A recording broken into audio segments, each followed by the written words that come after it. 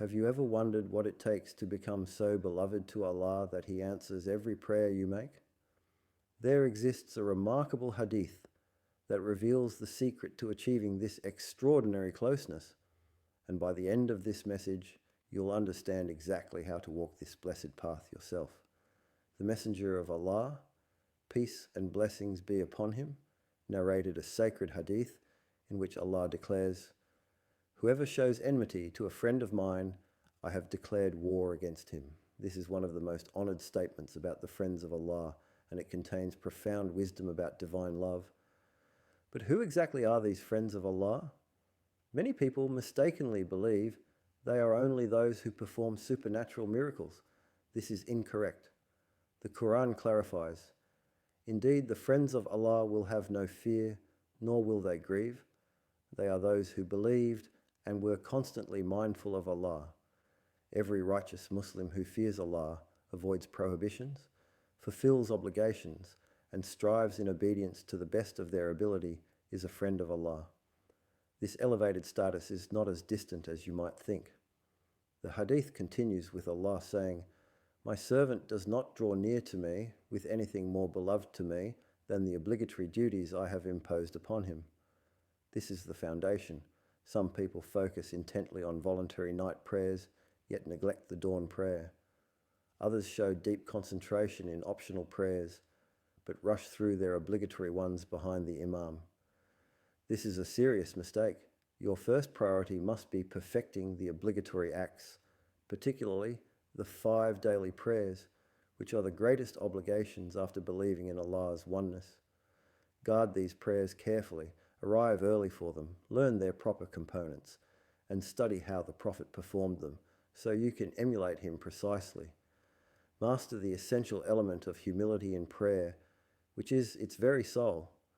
Pray as if it were your final prayer, gathering all your focus and heart into these moments before your Lord. After establishing firm commitment to obligations, Allah states, "And my servant continues to draw near to me with voluntary acts until I love him." Notice the phrase "continues to draw near," which indicates gradual progression and consistent effort in performing additional worship. This teaches us that after fulfilling what is required, the path to Allah's love is through abundant, voluntary worship. While every Muslim performs the obligatory acts, those who exert themselves in voluntary worship with determination and struggle against their lower desires achieve an extraordinary love from Allah. The one who rushes toward voluntary acts does so only because their heart is filled with love for Allah. Why else would someone occupy their time with prayer, fasting, and various acts of worship while leaving behind worldly pleasures, idle talk, outings with friends, and entertainment? Because their heart is attached to Allah, loving Him and longing to meet Him. When Allah loves His servant, extraordinary things occur. The Hadith states, "When I love Him, I become His hearing with which He hears, His sight with which He sees, His hand with which He strikes, and His foot with which He walks." What does this profound statement mean?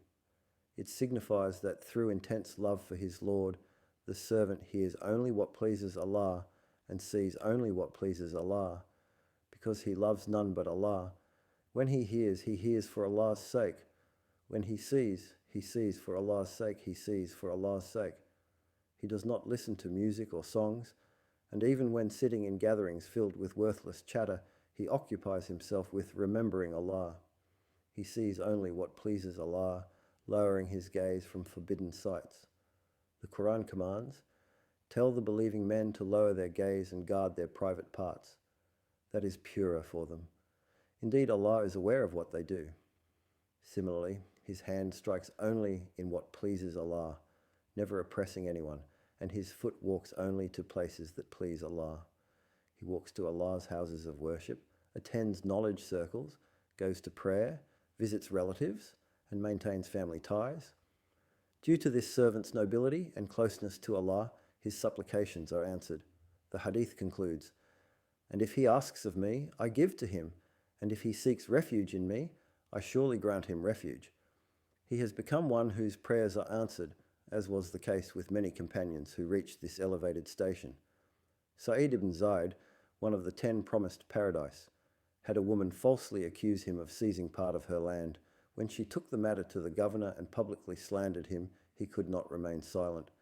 He supplicated, "O Allah, if she is lying, blind her sight and kill her in her own land."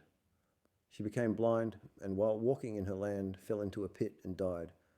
Allah answered his supplication because she had warred against a friend of Allah.